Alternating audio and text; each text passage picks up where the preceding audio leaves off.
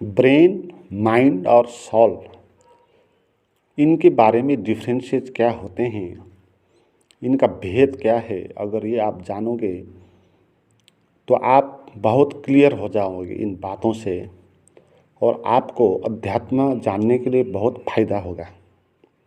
तो इसमें हम चलेंगे, बहुत महत्वपूर्ण होगा। पहले ब्रेन। ब्रेन है शरीर, शरीर का यंत्र।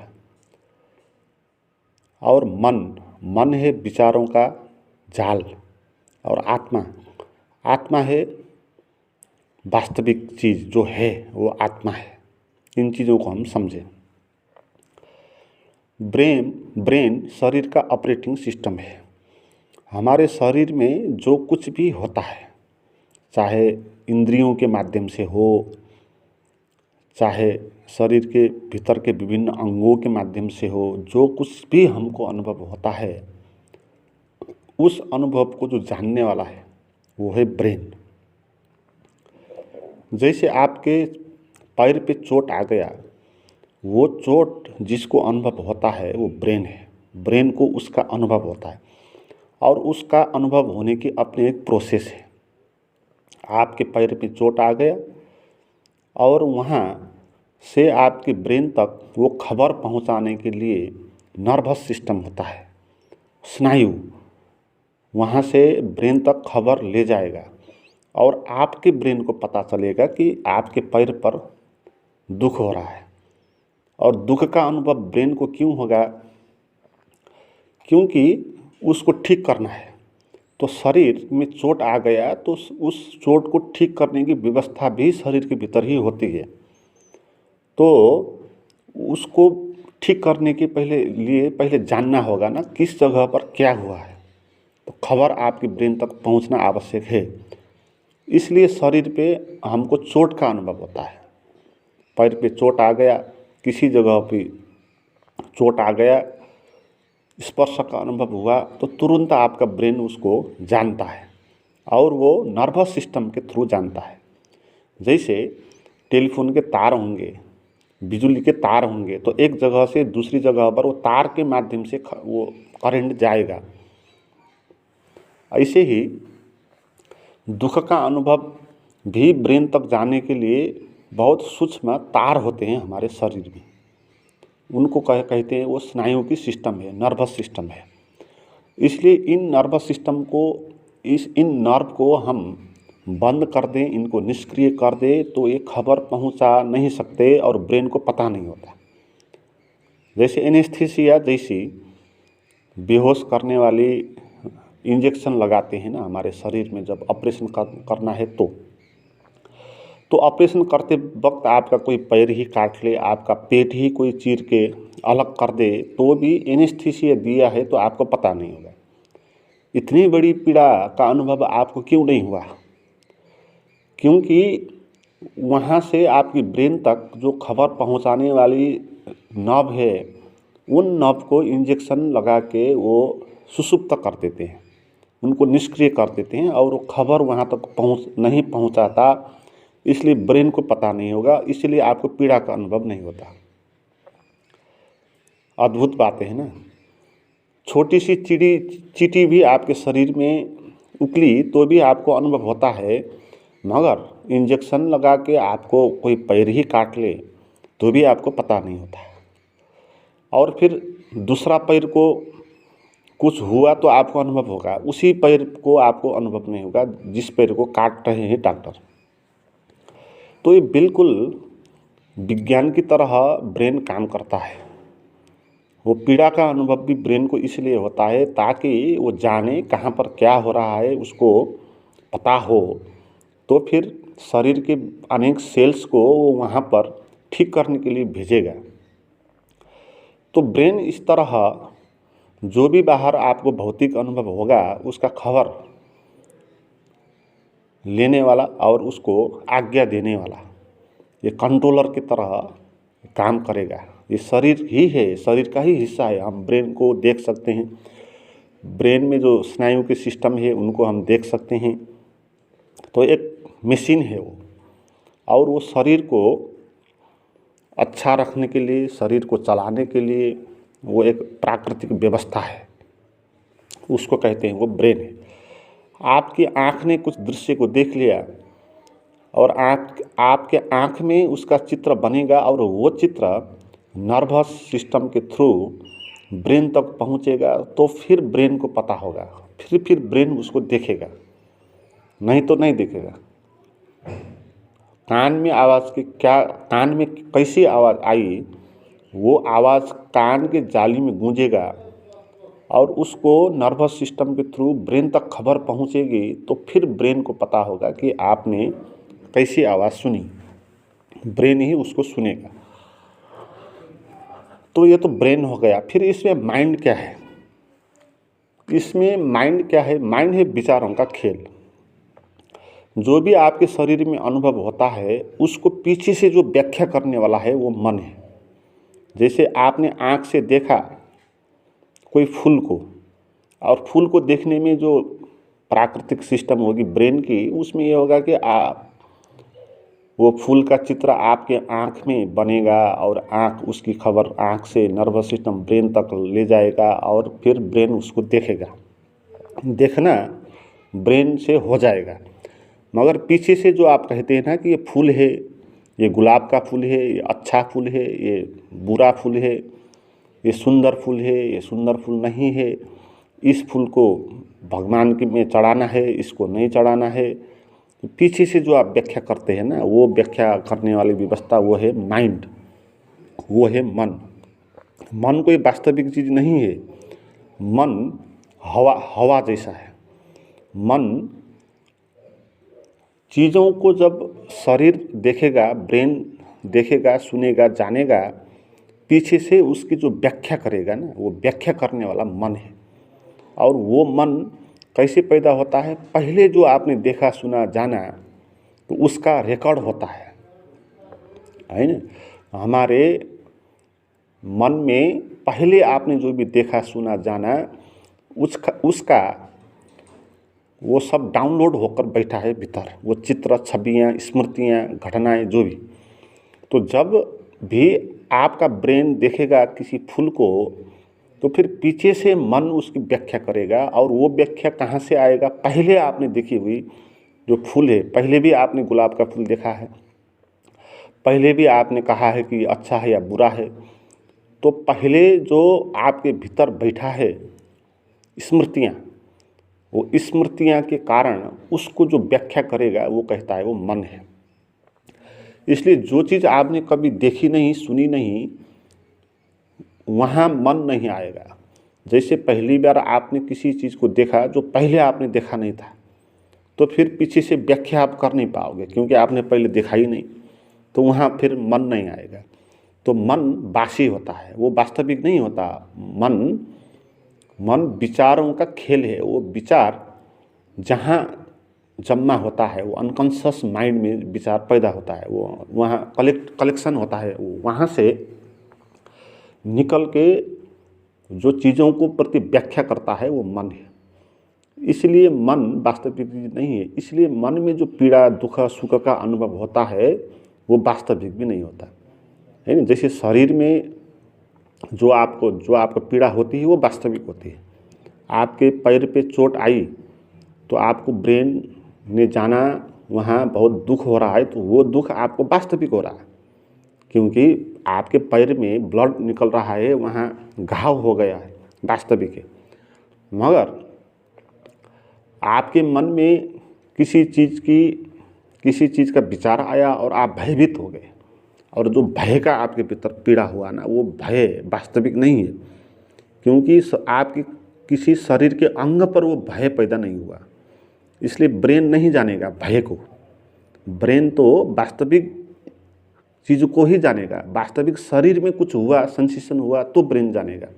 आपके मन में कुछ भय पैदा हुआ, मन में आपको क्रोध पैदा हुआ, मन में आपके काम वासना पैदा हुई, तो ब्रेन ये नहीं जानेगा, क्योंकि ब्रेन को जानने के अपने सिस्टम है ना। ब्रेन जानने के नॉब भी चाहिए, वो सूचना पहुंचाने वाली तार भी चाहिए, वो तार ही नहीं होती है, और वो तार शरीर के अंग पर जुड़ी हुई होती है। और भय तो किसी एक जगह पर होता नहीं शरीर के, तो इसलिए भय को जानने के लिए नर्व सिस्टम नहीं है ब्रेन तक पहुंचने की, इसलिए ब्रेन नहीं जानेगा कि आपका भय क्या है। और भय का अनुभव जो करेगा वो क्या होगा, वो मन होगा और वो व्याख्या द्वारा निर्मित होगा। इसलिए भय का अनुभव वास्तविक अनुभव नहीं है, पीड़ा का अनुभव वास्तविक है। जैसे आपके पैर पे चोट आ गया तो आप 5 लोग हो, पाँचों को दुर्घटना हो गया तो पाँचों को समान किस्म की पीड़ा होगी, है ना। आपके पाँचों के पैर पे कील चुभ गई तो समान किस्म की अनुभव आपको होगी। मगर आप 5 है, भय का अनुभव हुआ तो पाँचों को समान किस्म का भय नहीं होगा। इनमें से बहुत ज़्यादा कोई घबराएगा, कोई घबराएगा ही नहीं उसी बात से। जैसे भूत प्रेत की बात कर दी किसी ने, तो कोई लोग जो भूत प्रेत पर विश्वास करते हैं वो घबरा जाएंगे, जो भूत प्रेत पर विश्वास नहीं करते उन्हें घबराएंगे। इसलिए मन में जो उत्पन्न होता है वो व्याख्या पर आधारित है, आपका विश्वास पर आधारित होता है। आप अगर विश्वास करते हो भूत पर तो आपको ज़्यादा होगा। आप परीक्षा में असफल हो गए 5 लोग, सबको समान किस्म की पीड़ा नहीं होगी। इनमें से कोई इतना पीड़ा ले सकता है अपने भीतर, वो सुसाइड भी कर सकता है कि परीक्षा में असफल हो गया, और कोई ऐसा भी होगा जिसको कुछ फ़र्क ही नहीं पड़ेगा, वो चले जाएगा, ठीक है कोई बात नहीं, फेल हुआ तो क्या हुआ, ऐसा भी समझ सकता है। अगर वास्तविक होता तो सभी को समान किस्म की पीड़ा होती, मगर मन में जो पीड़ा होती है वो व्याख्या के द्वारा निर्मित पीड़ा है, विश्वास के। आपने पहले मान लिया कि परीक्षा में मैं टॉप हो जाऊँ, होना ही चाहिए, तो बहुत ज़्यादा इसमें विश्वास रखा था, आशा रखा था, आपने लालच रखा था। अब नहीं, आप नहीं हो पाए तो आपको ज़्यादा पीड़ा होगी। और आपने आशा नहीं रखा था, लालच भी नहीं रखा था, ऐसे ही एग्जाम दे के आ गए तो आपको पीड़ा कम होगी। तो मन बिल्कुल काल्पनिक है, व्याख्या के कारण आपको सुख दुख का अनुभव होता है। तो अब मन का क्या अर्थ हुआ, जो पीछे से वास्तविक चीज़ की व्याख्या करता है, कल्पना करता है, तर्क करता है, लॉजिक करता है, अनुमान करता है, जो विचारों द्वारा निर्मित है। इस सब के पीछे क्या है, शब्द है, विचार है ना। आपने कोई शब्द सुना, वो शब्द ब्रेन सुनेगा और उस शब्द को जो आप अर्थ लगाएंगे वो अर्थ मन लगाएगा। अर्थ मन है, शब्द ब्रेन है, शब्द शरीर है, अर्थ मन है। शरीर हार्डवेयर जैसा है, मन उसके पीछे सॉफ्टवेयर जैसा है। तो आपके मन का सॉफ्टवेयर कैसा है, वो आपकी सोसाइटी में पैदा हुए और उस सोसाइटी में कैसी विश्वास थी, कल्चर कैसी थी, उस हिसाब से आपका सॉफ्टवेयर बनेगा। तो इसलिए फर्क आदमी फर्क अर्थ लगाएंगे एक ही चीज़ को। ब्रेन तो एक ही चीज़ को देखेगा, मगर पीछे जो मन खड़ा है ना, संस्कारित मन, वो उसको अलग अलग तरीके से व्याख्या करेगा। हिंदू समाज में हो आप पैदा हुए तो आप एक किस्म की व्याख्या करोगे, मुस्लिम समाज में पैदा हुए तो दूसरी किस्म की व्याख्या करोगे। ये व्याख्या अलग अलग किसने किया, वो मन ने किया। और मन ने क्यों ऐसा व्याख्या किया, क्योंकि मन संस्कारित होता है, मन के भीतर अनकॉन्शियस माइंड होता है, वहाँ पर हमने जो भी सुना, जाना, माना, उन चीज़ों का स्मृतियाँ, बिंब, चित्र वो स्टोरेज होते हैं वहाँ पर, तो वहीं से निकल के आता है और आप उसको व्याख्या करते हैं। अगर फर्क तरीके के संस्कार आपके मन में डाली हुई है तो आप फर्क तरीके से आप व्याख्या करोगे। इसलिए मन कोई वास्तविक चीज़ नहीं है, मन एक काल्पनिक चीज़ है और वो व्याख्या द्वारा मानी हुई बात है। मन मानी हुई बात है, ब्रेन मानी हुई बात नहीं है। आपकी आँख ने देखा एक पेड़ को, वो वास्तविक है, वो मानी हुई बात नहीं है। मगर आप घबरा गए किसी भूत प्रेत के कारण, तो अब वो भूत प्रेत मानी हुई बात है, वो वास्तविक नहीं है। तो मन इस तरह पीछे से व्याख्या करने वाली व्यवस्था है और वो पैदा होता है अर्थों से, विचारों से। और इसमें सबसे अद्भुत बात यह है कि मन झूठ है, वो केवल तर्कों का जाल है, कोई सत्य चीज़ है नहीं। इसलिए उसका अपना हाथ पैर नहीं होता, उसका अपना होना नहीं होता मन का। फिर ये मन कैसे होता है, फिर मन शरीर के कारण होता है। मन शरीर में चिपक के अपना अस्तित्व खड़ा कर लेता है। जो झूठ चीज़ होती है ना, जिसका अपना पैर हाथ नहीं होता है, वो किसी सत्य चीज़ के सहारा उसको लेना होता है। झूठ को भी होने के लिए सत्य में चिपकना होगा, तभी वो हो सकता है। तो मन भी शरीर में चिपका हुआ है। ये व्याख्या किया ना, मन ने क्या व्याख्या किया, ये शरीर मैं हूँ, ये मन की व्याख्या है। ये शरीर मैं हूँ, ये ब्रेन नहीं कहेगा आपको। ब्रेन को मैं का भी पता नहीं है ना। ब्रेन तो यंत्र की तरह काम करेगी, कुछ हो गया तो उसका अनुभव ब्रेन को होगा। इसलिए जानवर के पास भी ब्रेन है, तो जानवर को भी पता होगा शरीर में कोई दुख का अनुभव हुआ तो जानवर भी उससे प्रभावित होगा, है ना। मगर जानवर को पता नहीं होगा कि मुझे हुआ, मैं हूँ। ये व्याख्या जानवर नहीं करेगा, ये व्याख्या केवल आदमी ही करेगा, मनुष्य ही करेगा। इसलिए मनुष्य को मनुष्य कहा, क्योंकि जिसके पास मन होता है वो मनुष्य है। जानवर के पास मन नहीं होता है, जानवर के पास ब्रेन होता है, और ब्रेन से वो बात भी करेगा, ब्रेन से वो अनुभव भी करेगा, शरीर में सुख दुख का भी उसका अनुभव होगा। मगर आदमी के जैसा मन ना होने के कारण वो उन चीज़ों से प्रभावित नहीं होगा जो कल्पना से पैदा होती है। जैसे आदमी भूत प्रेत से घबराएंगे, जानवर भूत प्रेत से नहीं घबराएंगे। आदमी मरने के भय के कारण घबराएगा, जानवर को पता नहीं होगा कि वो मरने वाला है, इसलिए मृत्यु के भय के कारण वो नहीं घबराएगा। आदमी परीक्षा में असफल हो जाएगा तो बहुत पीड़ित हो जाएगा। उसको कोई लड़की धोखा देकर चले जाए तो बहुत घबराएगा, पीड़ित होगा। मगर जानवर को किसी जानवरी ने धोखा दे दिया तो वो उसको ब्रेकअप नहीं होगा, वो ब्रेकअप का उसका पीड़ा नहीं होगा। क्योंकि ब्रेकअप का पीड़ा होने के लिए, मृत्यु का भय होने के लिए, भविष्य की योजना के कारण भयभीत होने के लिए पीछे व्याख्या करने वाला कोई मन आवश्यक होगा।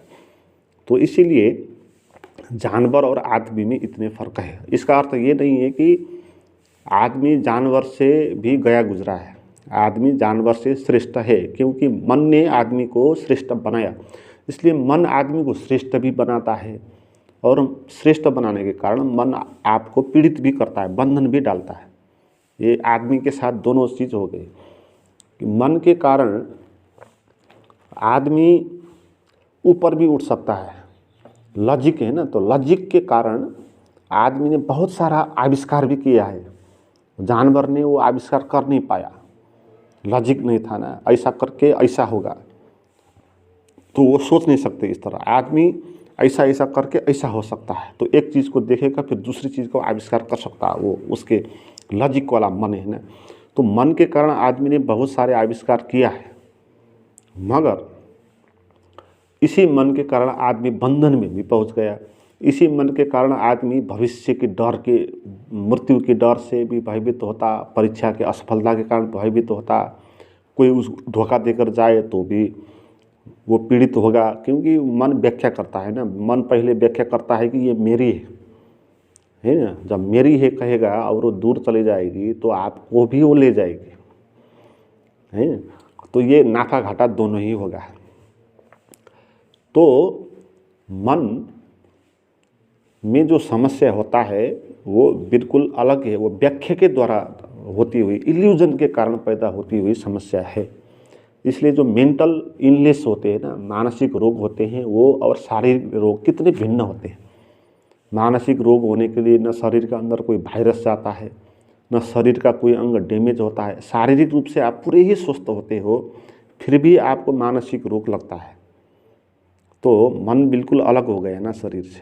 और मन में जो रोग क्यों लगा, वो किसी वायरस के कारण नहीं लगा, इल्यूजन के कारण लगा, आपकी व्याख्या के कारण लगा। आपने व्याख्या कर लिया ये मैं हूँ, ये मेरी है, बहुत मान लिया आपने कि ये मेरी है, मेरी ही मेरी है, और वो छोड़ के आप चले गए, तो फिर वो आपको ही ले गई, और आप फिर भीतर कुछ बचे नहीं, और आप एकदम से आवेग में आ गए और आप पागल हो गए। तो पागलपन शरीर के किसी हिस्से के कारण नहीं होगा, वो मन के कारण ही होगा। इसलिए मन विचारों पीछे जो हमने देखा सुना जाना, तो उसके आधार पर जो भी व्याख्या करता है वो व्याख्या करने वाला मन होता है। मन वास्तविक चीज़ नहीं होता है, मानी हुई बात है। और शरीर में क्या हो रहा है वो मन नहीं जानेगा, वो ब्रेन जानेगा। और मन में क्या हो रहा है वो ब्रेन नहीं जानेगा, वो मन ही जानेगा, वो उनका अलग ही सिस्टम है।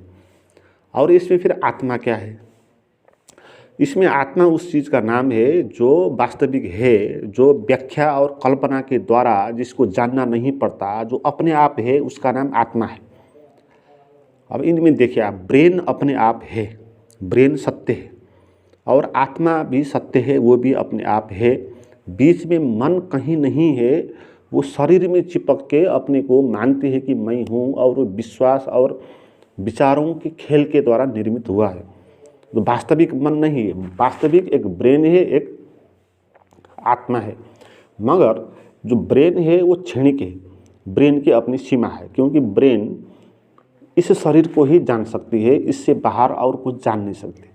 आपके शरीर में चोट पहुंचा तो उसको ब्रेन आपको जानेगी नर्वस सिस्टम के कारण, और दूसरे के शरीर में कुछ हो गया तो ब्रेन नहीं जानेगी।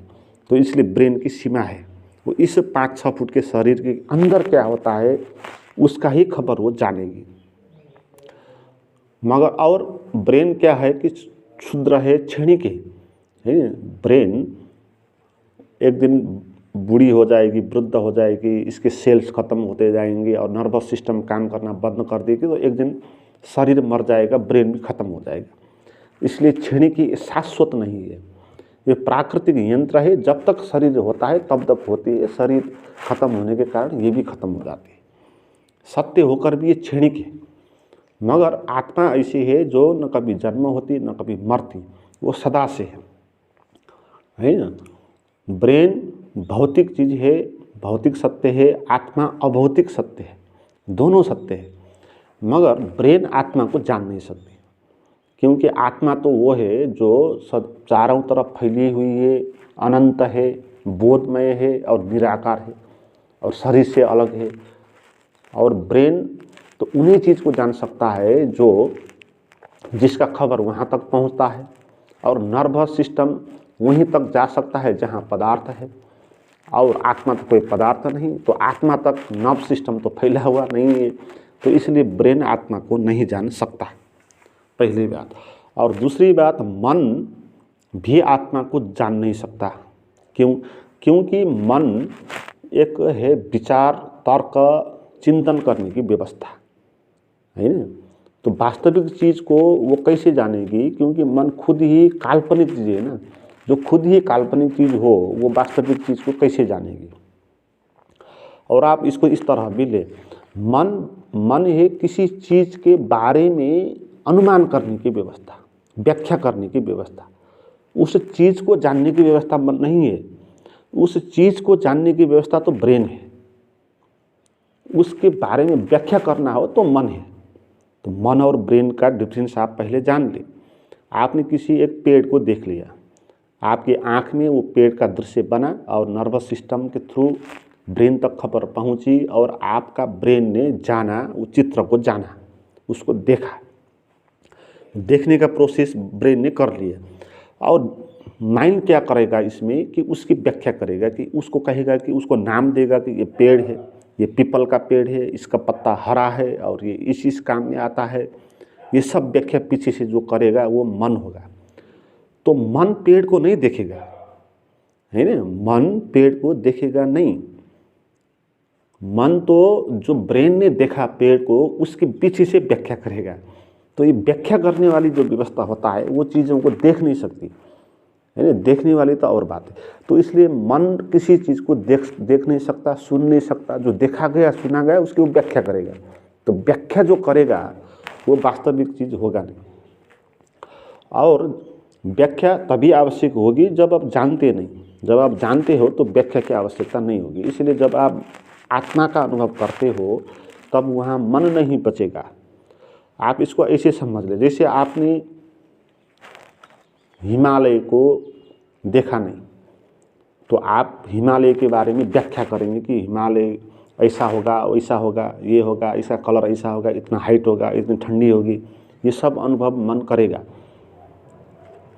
तब तक ही मन करेगा ऐसा जब तक मन ब्रेन उसको देखेगा नहीं। मगर जब आप हिमालय को प्रत्यक्ष अपनी आँख से देखोगे तो देखने में फिर मन की कोई आवश्यकता नहीं है। और देखने में मन का क्या आवश्यकता, आपका ब्रेन ने देख लिया, बात समाप्त हो गई, और पीछे मन का क्या आवश्यकता, मन की आवश्यकता ही नहीं ना। जैसे आप अंधे हो, आपकी आँख काम नहीं करती, तो आप रास्ते पे चलोगे तो आपका मन काम करेगा, मन व्याख्या करेगा कि यहाँ गड्ढा हो सकता है, यहाँ मत चलो, क्योंकि मन की अपनी आँख तो नहीं होती ना, आँख तो शरीर की होती है, तो मन देख नहीं सकता, मन तो केवल तर्क ही कर सकता है बस, उससे अलावा कुछ कर सकता नहीं। तो फिर मन तर्क करेगा, वो आपको बताएगा कि तुम यहाँ से चलो, यहाँ गड्ढा हो सकता है, यहाँ आवाज़ आई तो यहाँ कार आ रही है, उस तरफ तो मत जाओ। तो इस तरह आपको भीतर से वो व्याख्या करेगा, लॉजिक देगा।